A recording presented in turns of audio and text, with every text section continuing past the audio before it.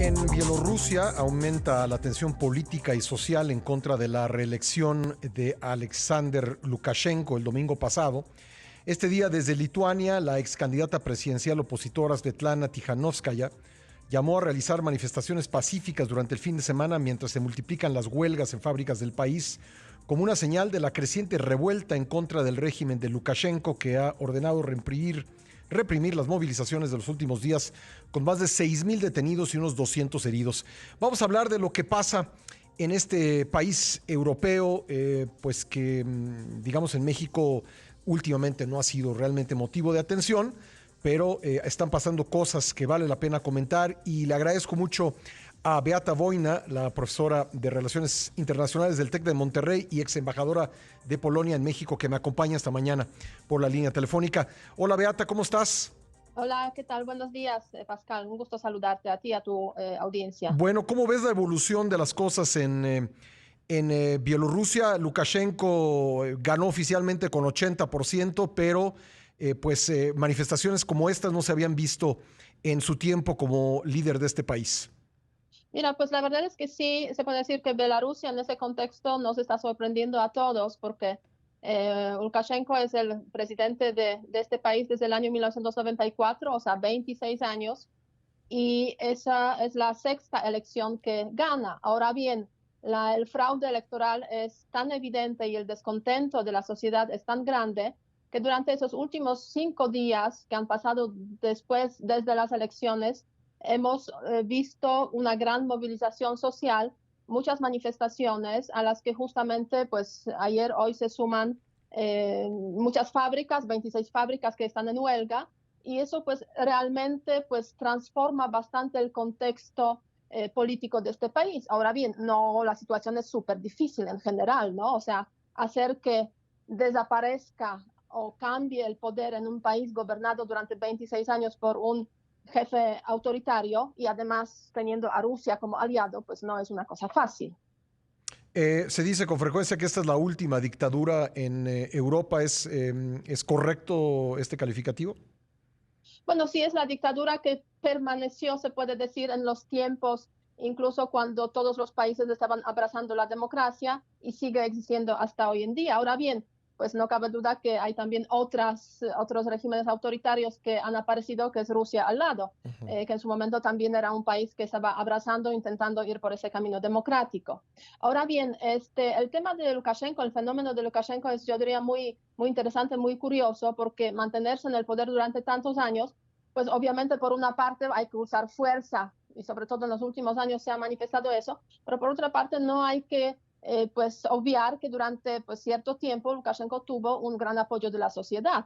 De hecho, cuando fue elegido en el año 94, fue elegido como un líder transformador y un líder que proponía la lucha contra la corrupción. Y efectivamente, quizá durante los primeros dos mandatos como presidente, pues hizo cosas interesantes, importantes, y garantizó pues cierto crecimiento y cierta estabilidad también a Bielorrusia y a los ciudadanos belarusos. Ahora bien, en ese tiempo también hubo un gran acercamiento entre Bielorrusia y Rusia, lo cual pues puede tener sus beneficios, pero puede tener también y tiene sus riesgos, sus amenazas. De hecho, si vemos esa relación entre Rusia y Bielorrusia, pues hoy en día son dos países que forman una confederación, o sea, es una confederación que se estableció en el año 2000, y pocos años después Rusia estaba proponiendo a Bielorrusia convertirse en la parte de la Federación Rusa. O sea, hay una permanente amenaza, un permanente riesgo desde Rusia De de que Bielorrusia anexarse. se convierta en parte de la Federación Rusa. Sí. Eso obviamente no lo quieren los ciudadanos de Bielorrusia. Por otra parte, pues como un país autoritario, una dictadura europea, pues también las relaciones con la Unión Europea, que se puede decir el otro lado de este contexto internacional, no han sido fáciles, ¿no? Porque la democracia para el contexto de la Unión Europea es uno de los elementos claves para tener cooperación y acercamiento a un país europeo. Entonces, Beata, en caso los de que, ciudadanos están en una situación bastante, bastante difícil, pero ya ajá, definitivamente hartos. en caso de que cayera Lukashenko, que no se concretara su reelección por las manifestaciones que estamos viendo, ¿habría el riesgo de que Moscú se sintiera intimidado o molesto con otro tipo de líder en ese país y la amenaza de la anexión, como en el caso de Crimea, se hiciera real? No se puede descartar ese escenario. En ese sentido, yo creo que la líder de la oposición, Svetlana Tikhanovskaya, que hoy en día está en Lituania, pues es consciente de esa situación y todos los que están ahí en las calles pues son conscientes de esa situación. En ese sentido, pues están como, se puede decir, andando con mucho cuidado también para no generar rupturas que podrían pues amenazar, arriesgar la seguridad y la independencia, sobre todo de Bielorrusia. O sea, la verdad es que es muy difícil prever los escenarios posibles. Creo que todas las partes están intentando en ese momento como que suavizar las tensiones, incluso Lukashenko, porque prometió la salida de todos los presos, casi 7.000 personas, de los cárceles, y eso ya se está llevando a cabo poco a poco, y se ha suavizado la violencia de la policía. O sea, la policía está observando ahora y no toma acciones violentas como las hubo durante esos últimos días. Entonces, eso es la señal, digamos, de, pues queremos suavizar las tensiones. Ahora bien, la sociedad, como digo, la gente está harta y sí está manifestándose, entonces igual va a haber una especie de acuerdo de transición, repetición de elecciones, pues no es descartable, ¿no? Pero la verdad es que yo creo que Rusia es un país que va a cuidar mucho para que Bielorrusia no se le escape de su órbita de influencia. Sí. O sea, es vital para Rusia. Ahora, Svetlana Tikhanovskaya reemplazó a su esposo como candidata presidencial y ahora ha huido a Lituania. ¿Esto qué genera en Bielorrusia entre la oposición? ¿Decepción o comprensión? ¿O exactamente cómo la ven a ella ahora sus seguidores? Sí, no, la verdad es que la gente lo comprende perfectamente. Su esposo está en la cárcel, fue condenado a mediados, o sea, hace algunos meses, a 12 años de cárcel. Era un youtuber conocido en Bielorrusia, involucrado en los temas también políticos de oposición.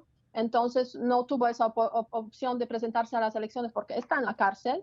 Además, varios, digamos, colaboradores, participantes de la oposición, hombres, están en la cárcel o impedidos para presentarse a la elección. Entonces fue en este contexto cuando se puede decir las mujeres tomaron esa bandera de elecciones y se presentaron en vez de sus esposos. Así fue directamente.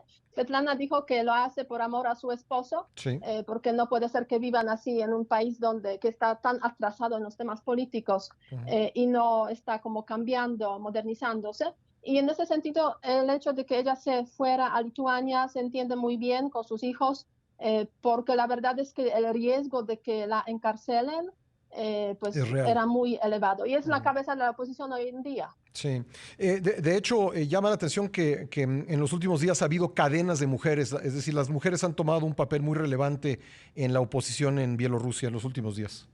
Sí, de hecho, pues la verdad es que es también un poco la respuesta a las declaraciones del presidente Lukashenko, que dijo que en el gobierno no hay lugar para mujeres. O sea, así directamente lo mencionó de una forma muy machista, muy fea, lo cual pues básicamente generó esa respuesta también de las mujeres que han dicho, pues, o sea, no puede ser que nos gobiernen los hombres y lo hagan de una forma tan fea y las mujeres no puedan estar presentes. Entonces yo creo que es una respuesta también, una especie de esta lucha contra el machismo que sí es presente en esos países postsoviéticos, Sí. de una forma pues precisamente política, porque aunque se han logrado muchos avances en el tema de la igualdad de género, igualdad laboral, igualdad educativa, pero en el tema político quizás es donde hay menos avances en los países postcomunistas, ¿no? Entonces es una forma muy interesante a mi modo de ver cómo las mujeres se involucran en este proceso de manifestaciones, pero también exigiendo el cambio, ¿no? Sí. Cambio político y cambio también en la forma de pensar. Pues vamos a estar observando esto por todos los interesantes ángulos que nos has propuesto. Beata, te agradezco mucho que hayas estado con nosotros. Muchísimo gusto, muchísimas gracias y hasta luego. Gracias. Beata Wojna es profesora de Relaciones Internacionales del TEC de Monterrey y ex embajadora de Polonia en México.